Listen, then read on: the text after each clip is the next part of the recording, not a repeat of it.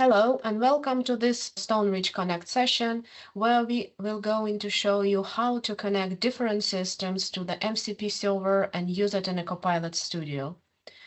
Thank you for joining. I'm Anna Smorodinova. I'm a development lead for the Business Central team. I've been digging into Copilot Studio right before MCP server when it became a new reality of what we can do, and that was nice.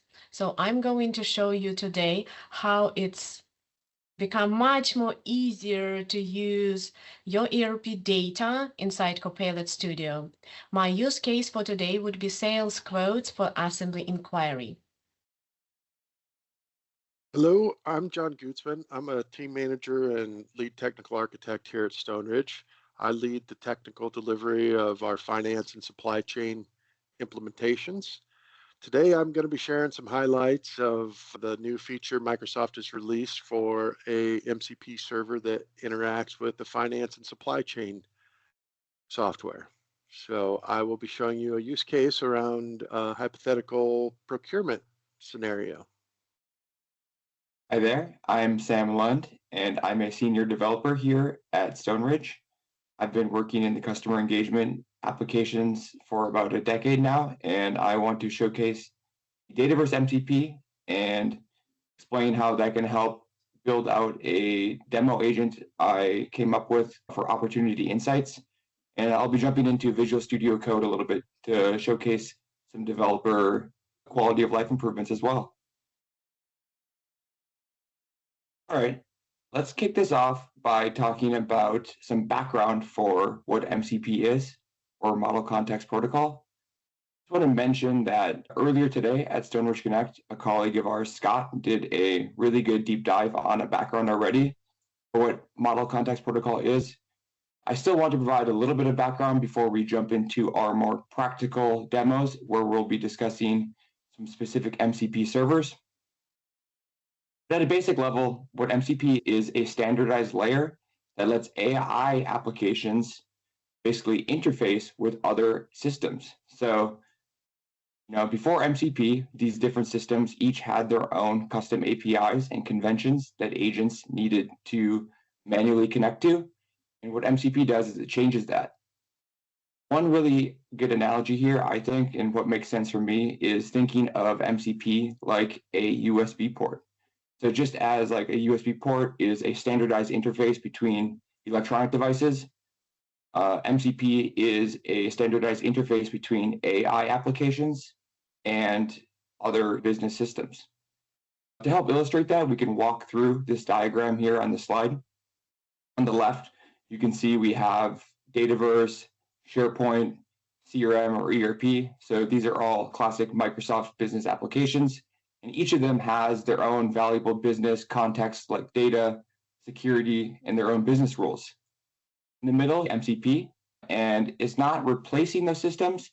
It more so acts as a translator between those systems and the AI applications on the right. And what MCP is, it's a set of definitions, so like tools, context, inputs, and outputs between those systems and the AI applications.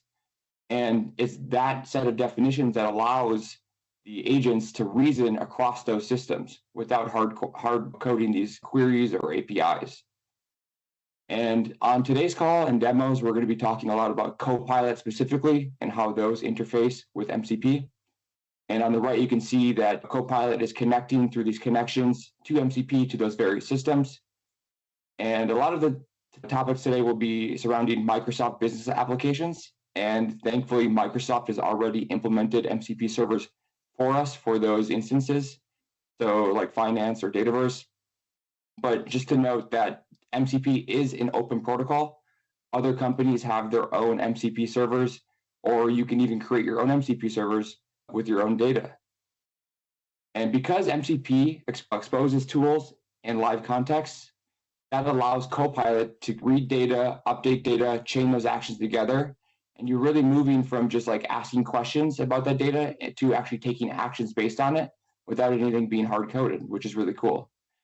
A crucial point I want to touch on is that existing security and business logic applies here. So when you're interfacing with these AI tools or agents, whatever access you would have typically through those applications, that same level of access applies when you're working with these AI tools through the MCP servers. Now that we have some background out of the way here, I think we're ready to jump into discussing some specific MCP servers and use cases. And I will pass it over to Anna, who's going to talk about MCP in Business Central. Thank you, Sam. So I will take that plug into Business Central, and we will see how that works in a Copilot Studio together. So I will be talking today about MCP Model Context Protocol and how it's done in standard Business Central. We will have a look how the configuration is done in BC itself. We will look what is API page and what is important when you do API page specifically for MCP in Business Central. Have a look on MCP configuration in the Copilot Studio and how Copilot agent reasons about. My use case would be about Contosa company. They do assemble to order.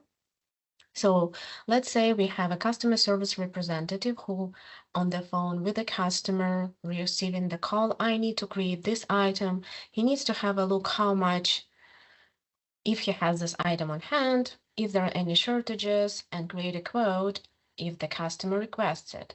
Let's dive into the demo. First of all, we will have a look on the Business Central. If you are still on the version 27, which I assume you are, it's still early in the days of the version 28, right?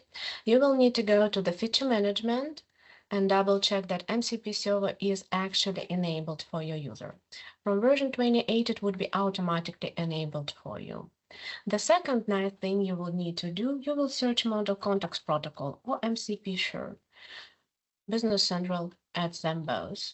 You will create a new MCP server configuration. You can have as many as you would like and have different agents for them, which is nice. We will have a look on mine that is called assembly, give it a name, description, and let's have a look what it actually consists of. The main idea here as you expose so-called talking points to the MCP configuration. API page is very similar to the pages in Business Central. When you go to the item list and see all those fields, API page is the same but allows third-party integration systems to talk between each other. So here you define what API pages you want your MCP server configuration to reason about. Because I'm talking about assembly and sales quotes in query, I would like to have my assembly header, of course, and lines to see if there is something produced. I want to see my purchase line to see if something incoming there. I want to see my customers and items, of course. On top of that, I would like to see my sales quote and quote lines. Now let's have a look on the setup that we have in the header. It's not extensive, but it's very powerful. Dynamic tool mode. So the tools that you are going to plug your MCP configuration in has sometimes limitations. For example, Copilot Studio has a limitation of exploring only up to 70 tools. This means if you have more than 70 pages in your configuration, it won't be able to find it. So if it's extensive, please go ahead and activate dynamic tool mode. On top of that, if in the Copilot Studio you are going to use additional tools like draft me a message from Outlook, then you are stuck even with less. My rule of thumb, I always activate dynamic tool mode. Discover additional objects. This one is making your scope tighter if you don't want your MCP configuration to explore everything. I'm talking about customer representatives, right? So I don't want my MCP server configuration exposing anything about chart of accounts or deal budgets or fun things like that. API pages from standard is present there, so I'm not saying that it can explore it. If I would activate this switch, it will find all API pages present in the system, standard and custom, everything. Unblock edit tools. Another switch that allows to limit the scope as well. For example, if you don't want your agent to change any data that is used with this configuration, go ahead and unactivate this switch. If it's active, you can decide on page-by-page basis if that should be editable or not. As you can see, most of my pages are allow read, and only 2 of them has allow create and allow modify. That's because I want my customer representatives to be able to reach the data in the pages, but I want them only to create quote and lines, but I don't allow them to delete those. Now, this is basically concludes the setup in Business Central. Let's switch to the Copilot Studio and see how it's done in there. I have a very lightweight agent, like almost out of the box, with only two tools connected to it, Business Central Preview and Draft an Email Message. You sometimes want additional tools to be there, depending on what they can do. I'm connecting to my data and I'm connecting to my Outlook. Let's have a look for the MCP, how it looks there. First of all, you would need to go ahead and create a connection. I am here admin. First of all, you need to think through how you want your permissions to be defined for this agent. If all of you users who are going to use this agent are present in Business Central and they have their permissions, please go and do end user credentials. This will add additional layer of all the permissions for each user. If you don't have the licenses for the customer representatives, but they still want to access some data, you can do make a provider credentials. Then you will make sure that this connection is done for some specific user with some specific permissions that will be applied to this agent. Once the connection is done, you can go ahead and select an environment. If you don't see it, you can press refresh. After that, please select a company. Same, if you don't see something, just click refresh. And the configuration. I had 3 configuration in there and I have only one here. That's because of the switch of active. So once I determine that my configuration is ready to go, I switch active switch on the Business Central side and I see it. There is some additional tools in here. We don't need to take care about them at the moment. Now let's see how my agent works. The nice thing about it, I have asked, so now my customer service representative wants to work with the agent. Let's see how it actually will be looking for him. So I've asked, what do I need to assemble an item for? It gave me some 2 additional items. It gave me some assemblies. So natural next question would be, is there any shortages? Because I already see that there are sub-assemblies, I will make sure that I want to include everything in that, right? While it will reason and think about, let's see how it came to the conclusion of the first question. So first of all, it involved the question that is called searched. Then it tried to find what is actually described here, what specific page I should use Microsoft Copilot thinks in order to answer the user question, right? And it found list bomb components. Nice. List bomb components is really good here. Then the next question it tried to invoke. You see, I entered specific item because I know underneath it will just try to query the page. So I did it with a bit of a technical knowledge how the filter works. You can fine tune your queries, going testing and testing again, trying to figure out what it actually does. All right, so it answered my second question. There are some shortages, seems like it. It included me some sub-assemblies, which is really nice. So I'm on the phone with the customer and they say, yeah, I can wait. So I still want to create a quote, but maybe with some later date, maybe something in May. So this is where I will ask my agent to go like create a sales quote to Rally Cloud and 11 of these items. Now, I have not specified item number. I have not specified customer number, but I have specified the name of it. Let's see how it actually deals with it. So it did already the search of what should be used. It did already the action invoke. Come here, baby, please. And it found me the customer 5,000. If I would misspell it, the Rally Cloud, or the Rally Cloud will have a couple of words in it, then you will need to have a look on the tricks and tips how to actually address your request. But because my Rally Cloud is exactly Rally Cloud in Business Central, it was able to find it and it was able to create a quote. At least it claims. Let's double check in Business Central if it actually did it. So it says it's a quote number 1030 and it's 11 of those and 341.8. Let's go to our quotes here. Yeah, the quote is there. Oh, nice and sweet, and the 11 of items and price is good and nice. Now, I have two tools. Remember, I have Sales MCP here in the Copilot Studio, and I have a quote. That's because I know that my MCP configuration cannot actually create the email draft for the customer, but I still would like to send it to them, right? So that now I can hold pad and ask, create me a draft of the email with a summary and send it to the customer. And I don't remember the customer email, and I don't frankly care because my agent is actually connected to the ERP system that has an email, and it says, okay, here's a summary, and it's got the email from the customer card. I asked it to provide me a quote number in the subject. Again, let's double check if it's really did it. So if we go to the draft, yay, I have my draft.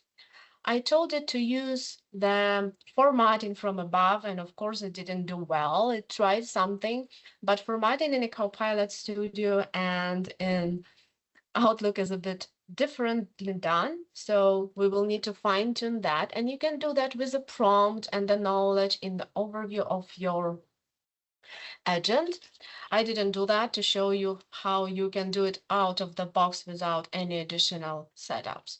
Now, one more thing I want to show you is how you can do fine tuning for the API pages and what the API page is to start with.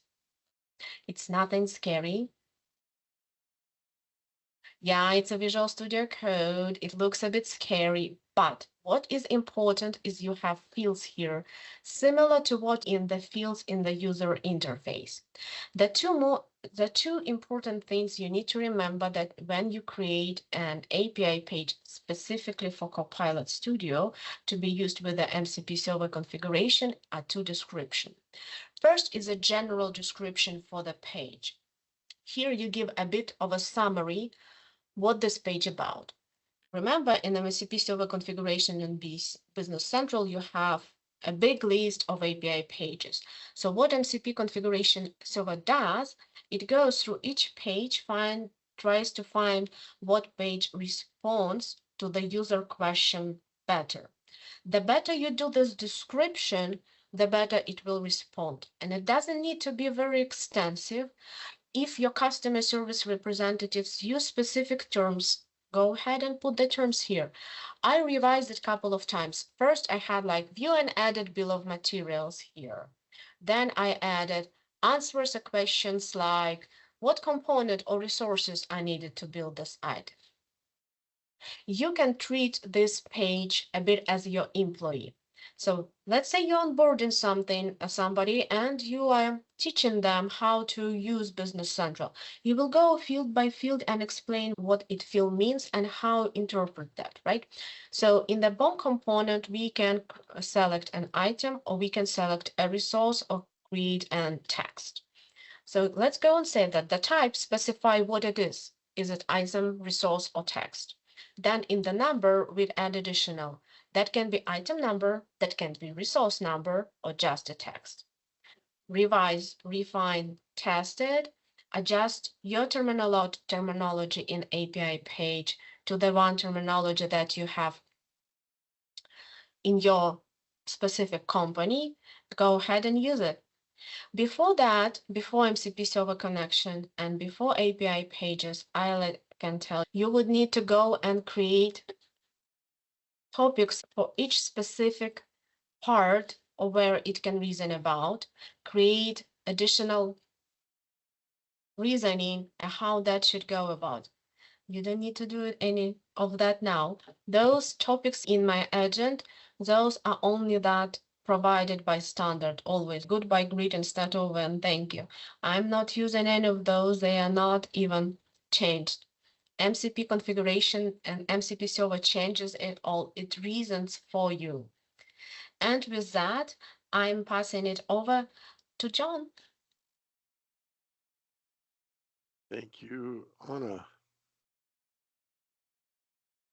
I'm going to take over the presentation.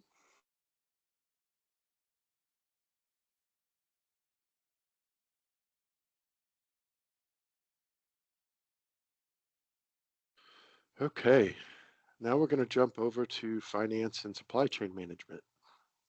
I'm going to walk you through the basic setup for MCP server within finance and supply chain management. The first thing you need to know is that you need to be on version 47 or higher, and it only works within tier 2 or UDE environments. It's not available in tier 1 environments. A couple of steps within finance and supply chain to enable it. You need to enable the feature, and then the users that are going to use the agent need to be users within finance and supply chain and also have their security roles assigned. Once we've got that setup done, we jump over to Copilot Studio and we connect the MCP server and configure our agent, and then we are ready to go. So I'm going to jump over to a demo now.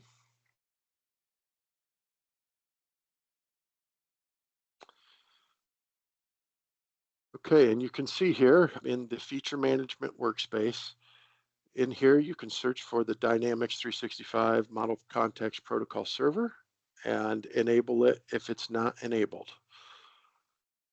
The next thing you have to do, there is a new menu under the sysadmin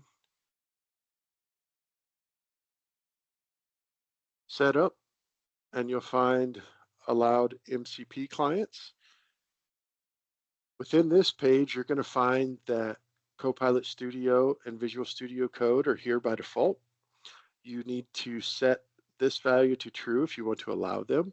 And as you can see here, I've added another setup. You can also add other MCP servers to your list here. It's just Copilot Studio and Visual Code are allowed by default. So next, we're going to jump over to Copilot Studio.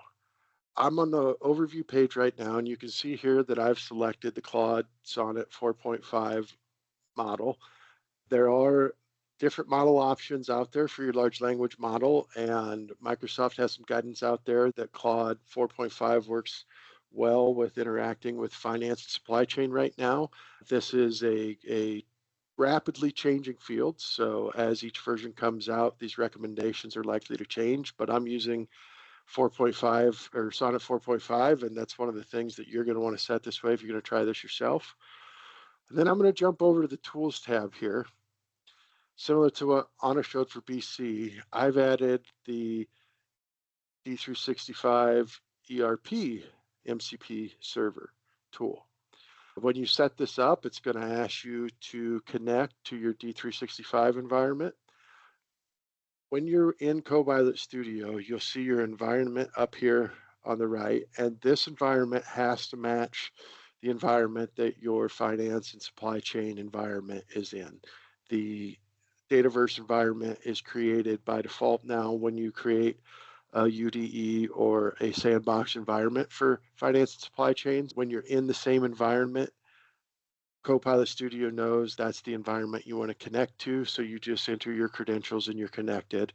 And to similar to what Anna showed, there's an option here to use end user credentials or the maker credentials, but generally speaking, you're going to use the end users, and their security from within finance and supply chain is going to flow through to the agent. They won't be able to see anything or do anything that they can't do within finance and supply chain already. And then if we scroll down here in the tool as well, there is the option to disable individual tools within the MCP server. Right now I have everything enabled for this example, but if you want to limit an agent to certain things, you can do that here as well. Next, I'm going to jump back to the overview screen, and I'm going to show you the only other thing that I have configured here is in the instructions section, you can provide rules that you want your agent to follow. I've used some rules here that Microsoft has recommended for a finance and supply chain agent. And this is out in the Microsoft documentation. You can find it there, but it tells the tool or tells the agent what what to do when it's trying to get data, which use the data entities before you use the form interactions, things like that. So that can be customized as well and help your agent work more efficiently. That's it. That's all you've got to do. You set the model, you add the tool, you give it instructions. I've written no other code than that. And my example here, I've said Contoso Asia says the delivery of PO 20 to USMF is going to be late. What items does this affect? And you can see on the left here in this test version, you can see the logic that the agent is running through. It first is trying to determine what data entity type it needs to use. So we've said purchase orders and or PO. So it finds the purchase order entity, and then it checks the metadata of the entity. So since we asked about items, it first checks the header and sees that items are not on the header, and it looks again and it finds the line entity, and then it queries the entity based on the PO20 that we gave it, and it returns the results. So you can see here I asked it, and it tells me you have these three items on the order. The order was due a long time ago. This is Contoso data, but it finds the right PO, it finds the right data. So maybe the next thing I ask is how much inventory do we have on hand of these things? Because I want to know how big of an impact the delay of one is going to cause. It does the same kind of a logic. I've asked it about inventory this time.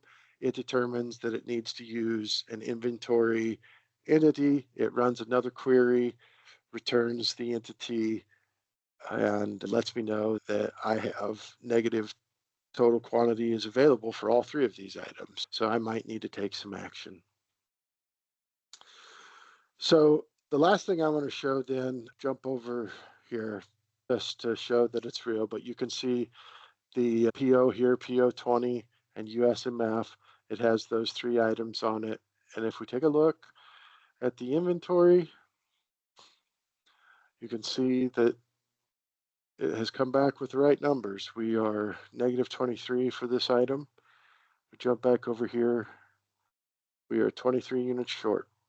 Very cool how, again, I didn't write any code other than I configured the tool and I configured the rules, which only takes a few minutes to do.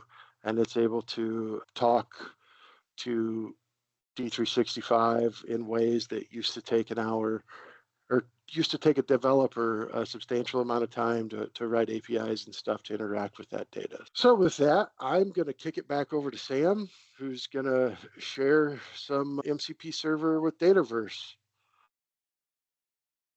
Awesome. Yeah, appreciate the demo, John and Anna. Those are some great examples of other MCP servers and specific examples.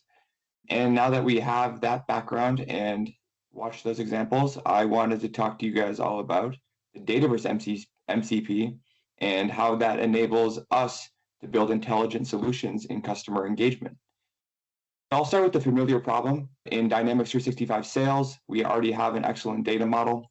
So that includes accounts, opportunities, revenue, close dates, etc. And the problem isn't a lack of data. The problem is how traditional automations interface with that data.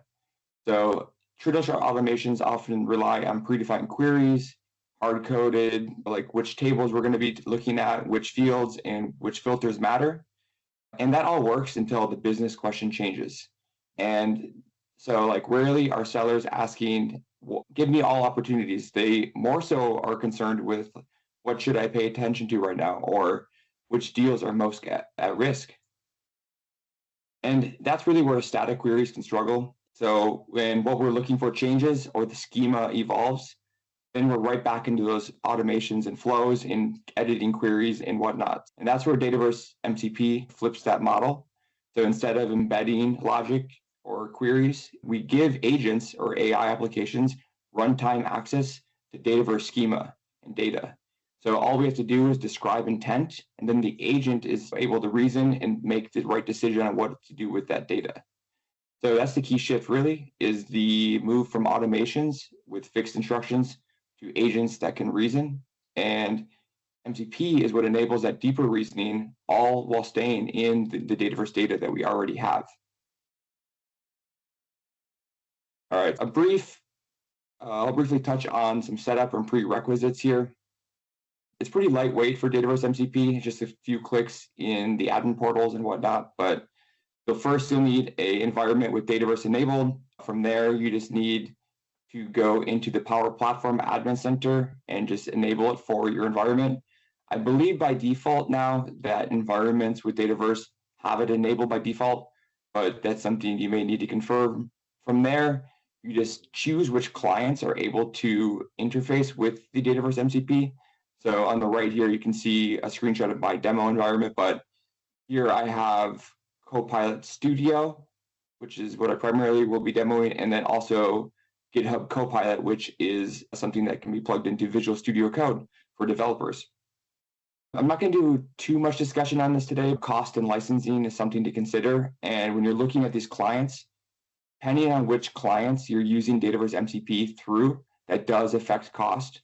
So especially if you're like trying to use Dataverse MCP outside of Copilot Studio, I know there are some impacts there, so worth looking into. And lastly, so the Dataverse MCP, an important thing here is, again, security. So when you are working with the Dataverse MCP through your AI agents, whatever access you have as your authenticated user, that agent also has that level of access. And it is that setup that is all you need to do, where now with this setup, you can use the schema and Dataverse MCP to build agents without hard coding anything like details into flows or logic. All right, briefly, I want to talk about the idea I had for this demo. When I was building an agent, I really wanted to showcase the power of Dataverse MCP. So my use case was sales pipeline intelligence.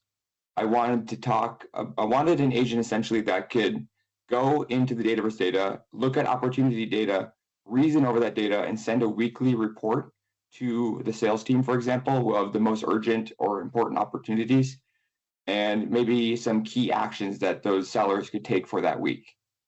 And I wanted the agent to work in two modes. So the first would be interactive mode, where the sellers have that live chat experience through the chatbot interface, where they can have more real-time conversations, but also that automation that I was talking about earlier, where they get the weekly report. And one thing is that I really wanted to keep it simple. So the main tool that this agent has access to is just the Dataverse MCP. And a lot of the reasoning is just done through some instructions I provided. There's not a lot of things like hard-coded, but there is one component where I wanted the final report from that automation to go to a Teams channel so that the sellers would have an actionable list of things to do for a given week, and everybody has visibility into it. And that's kind of where things get really interesting, I think, is pairing this more like live reasoning things that MCP provides with downstream deterministic logic. And that's where the real power comes from, I think, with combining MCP and those traditional automations. And it's important to note that we were talking a lot about Copilot Studio today, and that's a really awesome tool, low code, no code. People can get their hands in there and build some really cool tools, but it's also available to use in other clients. I work a lot in Visual Studio, and there's an extension for this called GitHub Copilot, which is a chat interface. And I want to just showcase some examples there where, as a developer, I'm getting quality of life and efficiency gains.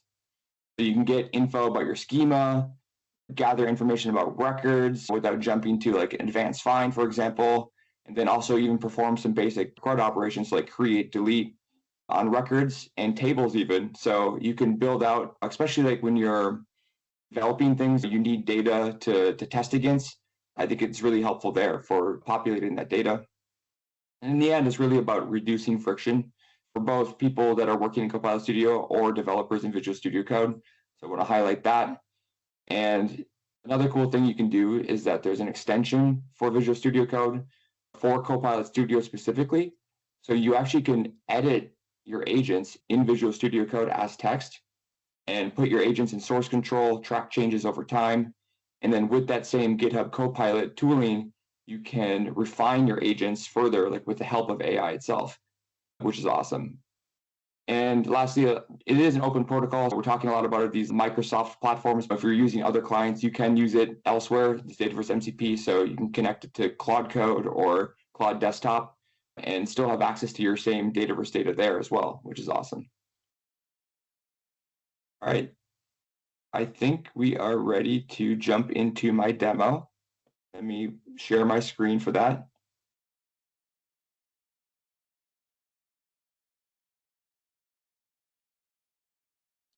That is so awesome that you can connect it into the Visual Studio. I wish we Yeah. can do that with Business Central as well. Excited Yeah, to see it. and that's one thing to note. So I think, yeah, so Dataverse MCP is general availability. So maybe some of those features that we're seeing here are going to make it to some of the other platforms as well. All right, I will showcase this here. So we have my environment. This is the test environment, but this has Dataverse enabled. To set things up, you just need to go into settings.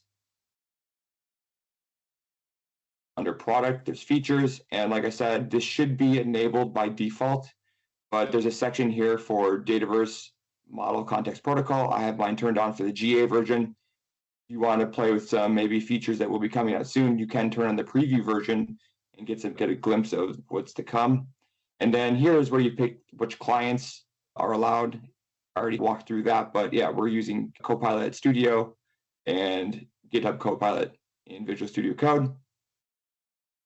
Here's my actual sales environment that I'm interfacing with. So I just populated a bunch of sample opportunity data.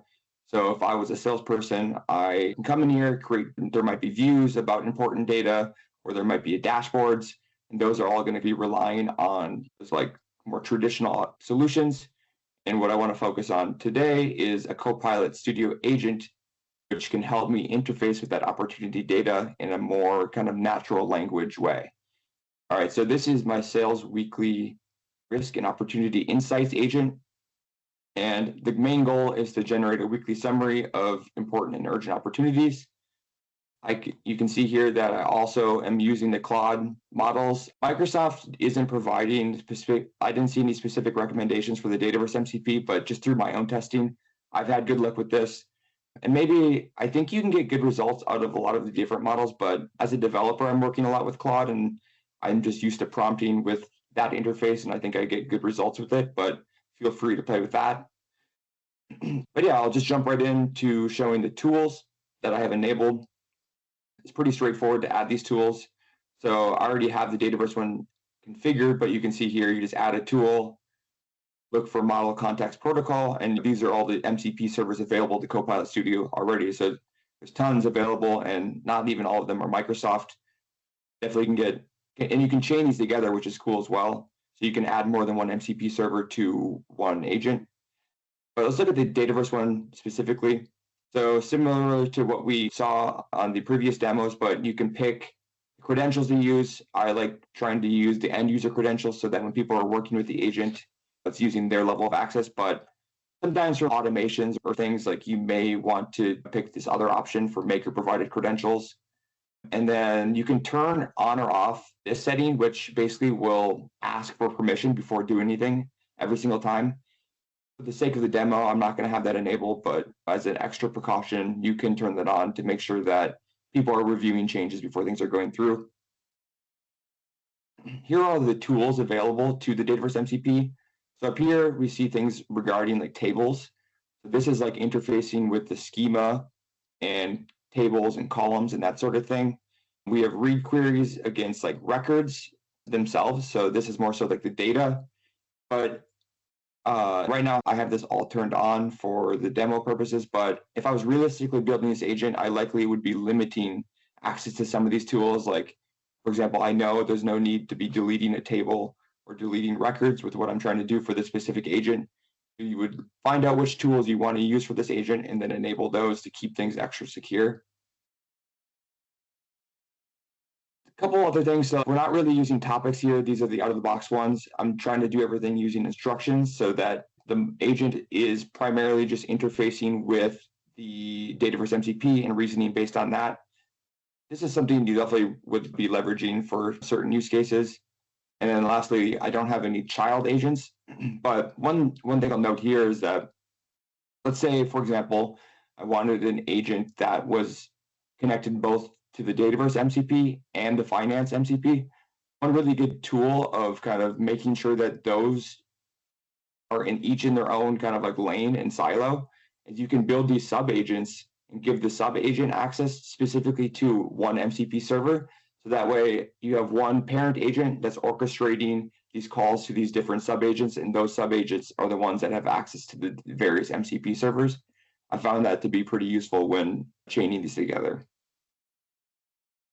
All right, so again, the instructions are going to be primarily driving what this agent is going to be doing.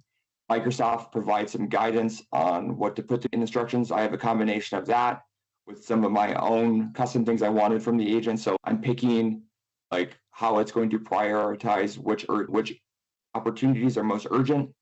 And then I give it some guidance on I want to make sure that it's outputting record IDs and that sort of thing. And then lastly, I want to ensure that when I'm chatting with the agent, it's never posting to the Teams channel. There's a weekly trigger that's running that on every Monday. This is essentially a Power Automate flow that's going to be running every Monday, and then making a request to the agent. It's going to pass in a prompt to the agent and just say, give me my weekly pipeline digest. I'm passing this tag in so that it's smart enough to know that this is when I want to post to the Teams channel. And then looking back here, you can reference other components in your agent. So I'm telling it, use this specific tool to post to the Teams channel. That way, kind of getting some more deterministic things out of this agent. And it doesn't have to think as much about what it needs to do. You get more guaranteed results. All right, I have some prompts I want to walk through and just kind of showcase this here in Copilot Studio. So this is going to be more so the interactive mode. First, I'm just going to give a quick example of maybe this isn't necessarily the main use case of this agent, showcasing some various tools. So here I'm asking about the opportunity table. And on the left, it's going to show us what the agent exactly is doing. So it's initiating the server. It's telling you which tools it has access to. And then this next step, it's using the describe table tool specifically on the opportunity table. And then it's going to reason over that and output it in this format and just give you a lot of information about how the opportunity table works. Super cool.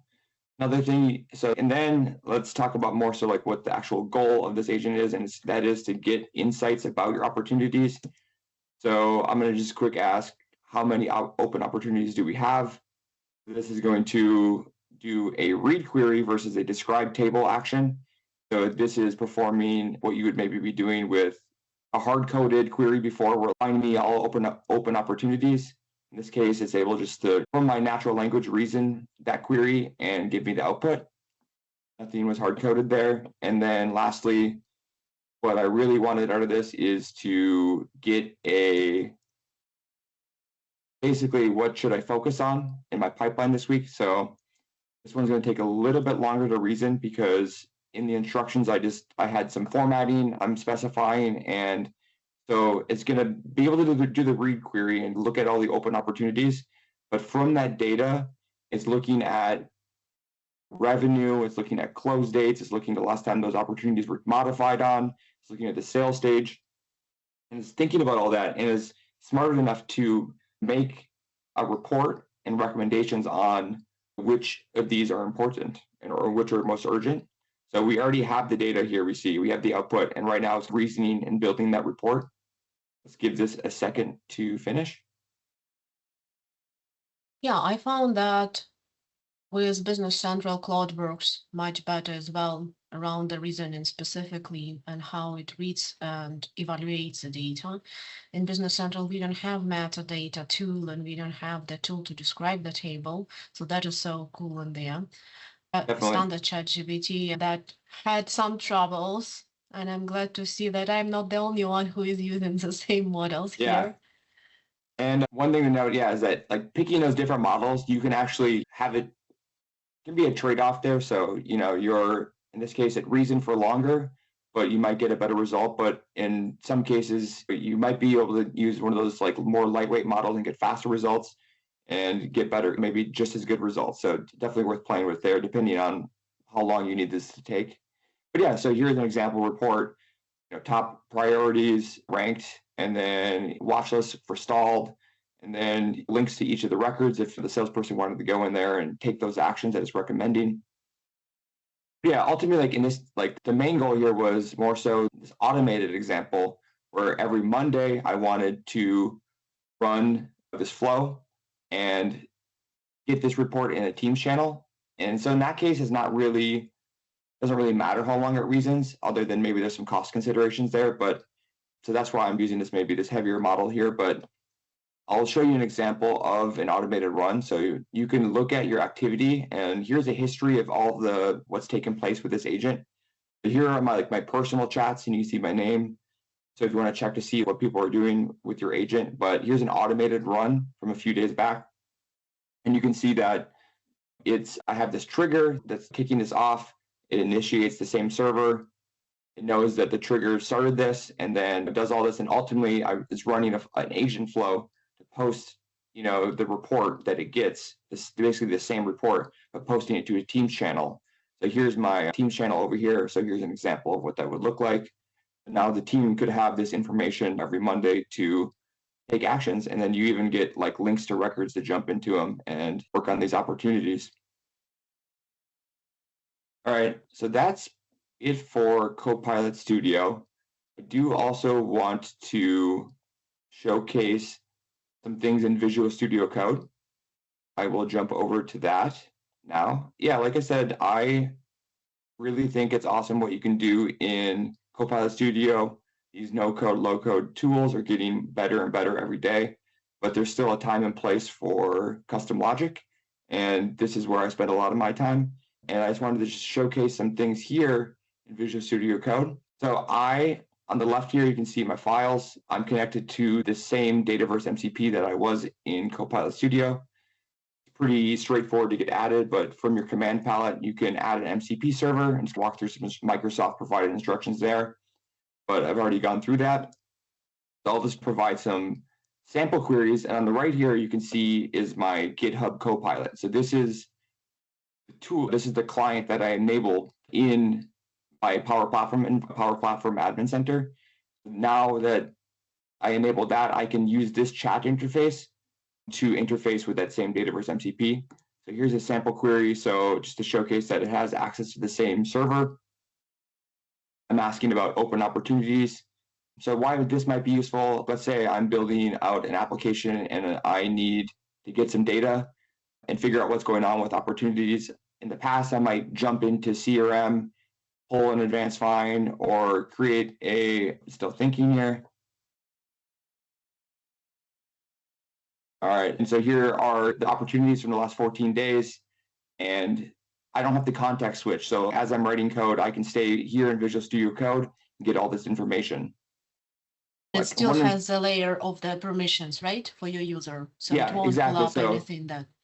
Yeah, so it's whatever it's the same exact permissions that I would have working out of the environment. So a lot of times as a developer, I need record IDs. So in that case, it gave me some basic information about those opportunities, but maybe more useful would be the IDs so that I can use this to gather their information or do a retrieve request against them. Let's say I needed to create an opportunity programmatically. Sometimes when you're trying to create a record programmatically, you don't have that interface of knowing which fields are required and which ones aren't. This gives you that you can ask what are the minimum fields I need to create an opportunity?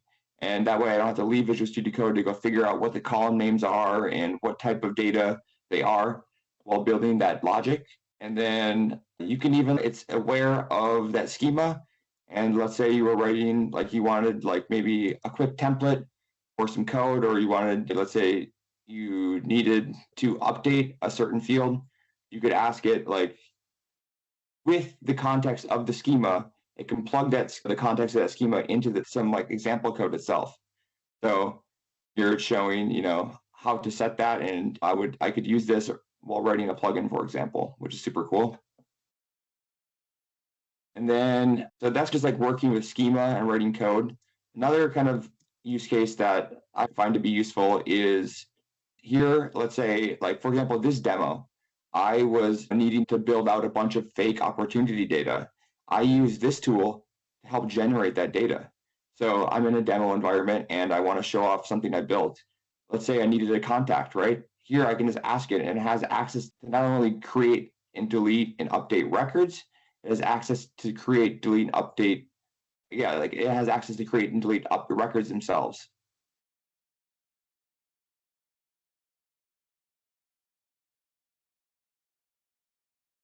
That's going to take a second. So some of these will take a little bit longer to run. And here you can see you can pick which model you're using. I'm using the same model that I am using in the Copilot Studio, but you can change that.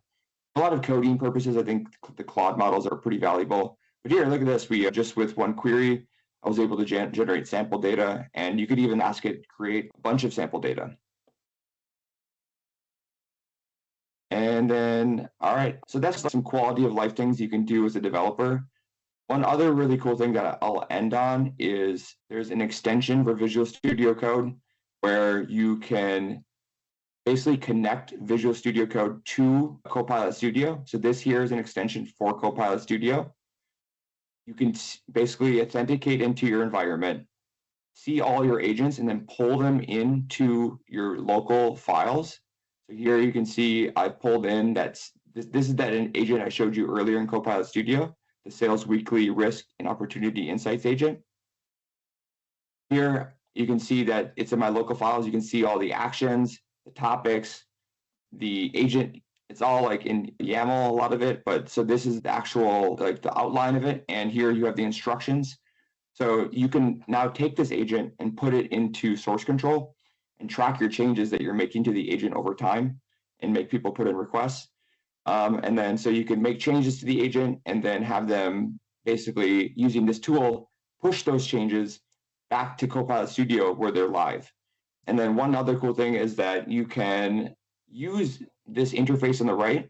So you can use the power of GitHub Copilot Studio to basically edit your agent. And like with the help of AI, you can make improvements to your agent. So I'm going to ask, I want to make a change to the agent instructions to encourage the use of emojis to make the responses feel more casual. It has the Dataverse MCP. It has the information about this agent locally, and then it can make recommendations. So here it's saying, I'm recommending we change the instructions with this line. Then I can review it and say, accept.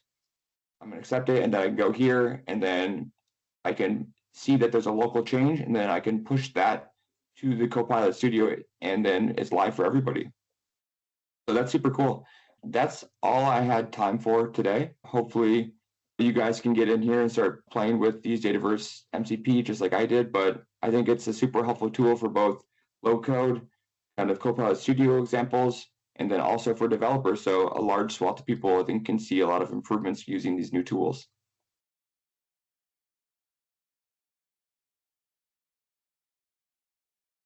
Thank you, Sam. That was a thank you, very Sam. nice demo.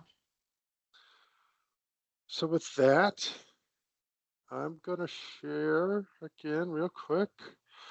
We will share our slide deck with you all. So just at the end of the deck here, we've added some links for you to find more information on the MCP server for Business Central, Finance and Supply Chain, and for the MCP integration with the Dataverse. And finally here, I've dropped a link to our contact us page. If you want more information or want some help from us, we would be very happy to help you get some of this stuff going in your own environments and deploy agents. So reach out if you want. And that brings us to the end. So thank you for your time today, and I look forward to hearing from you soon. Thank Thank you, you all. everyone. Thanks for Bye. joining. Bye.